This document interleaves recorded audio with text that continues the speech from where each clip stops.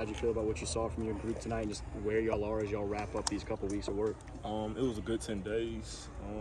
My biggest message this spring was to create your own legacy. Don't live on the past. And I think they did a good job of it. We're super competitive. We went full pass the whole time. And just a lot of reps for the young guys. And the kids that didn't play last year, getting them accustomed to the speed that we played. But I'm super proud of the guys. Like we tell them all the time, we're trying to set a culture. We're trying to create a Plaquemine way. And the way we played tonight, I think it was definitely a stepping stone. We're not at the mountaintop just yet, but it's a process to getting there.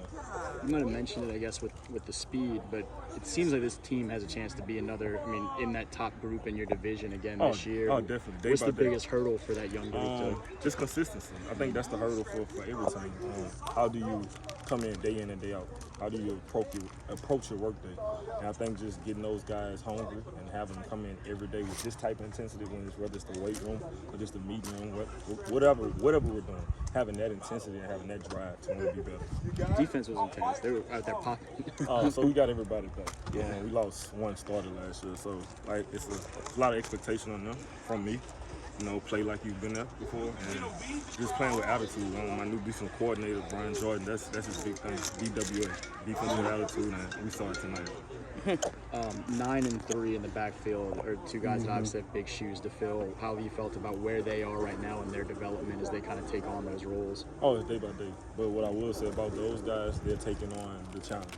They're out working extra. Threes, calling my phone, talking about plays, 9-2. Coming at 6 o'clock in the morning, 4:30 in the morning to meet with our OC. Just I see those guys that they have that hunger to want to, be good and be better. John Walker as well, I know, is another weapon in the offense. How's he's really grown to make that step as a leader, knowing he's a top productive guy coming back? That was my message to him in our exit meeting. I need you to be a leader. You were a sophomore last year, and he showed some leadership skills later on in the season when we got into the playoffs. It's just with him day to day. I want to see it every day. I want everybody in the meeting room. I'm going to tell you what time everybody gets in there. When I walk in, everything should look how I want it to look. And just on the field, leading by example. Whether it's receiving the ball, blocking for the person who has it, everything we're doing. Just making sure you're doing the right thing so those guys can see. And obviously high expectations from last year, like Jared was talking about, semifinals last year, 1 game away from the Dome. How do you make sure these guys pay attention to the message, not focus on any of the outside noise, right? Just the family-oriented environment we have, 1. And 2, like I kind of said, building our own legacy. Last year's legacy is over. This is 2025 legacy. And just making sure day by day we understand that we have to get better. Like the model, we have 1%.